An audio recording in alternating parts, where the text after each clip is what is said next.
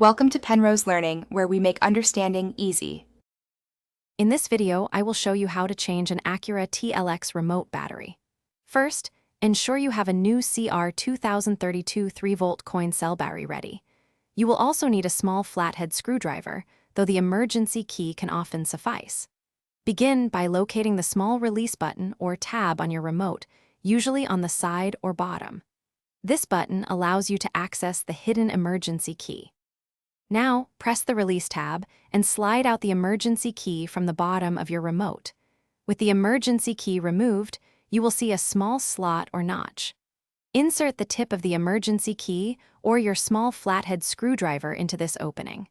Gently twist or pry to separate the two halves of the remote case. It is helpful to keep the remote buttons facing downward to prevent them from falling out. Once the remote is open, you will see the round, silver CR 2032 battery. Use your small flathead screwdriver or a finger to carefully pry the old battery out of its holder. Take your new CR 2032 battery and insert it into the compartment, ensuring the positive side, which usually has text or a plus sign, is facing upward. Try to avoid touching the flat, unbranded side of the new battery with your fingers.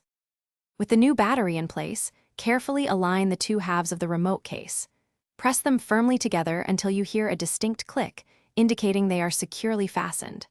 Next, slide the emergency key back into its slot until it locks into position.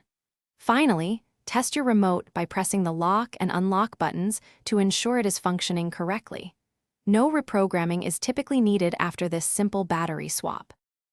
Thanks for watching. If this was helpful, leave a like and consider subscribing. See you next time.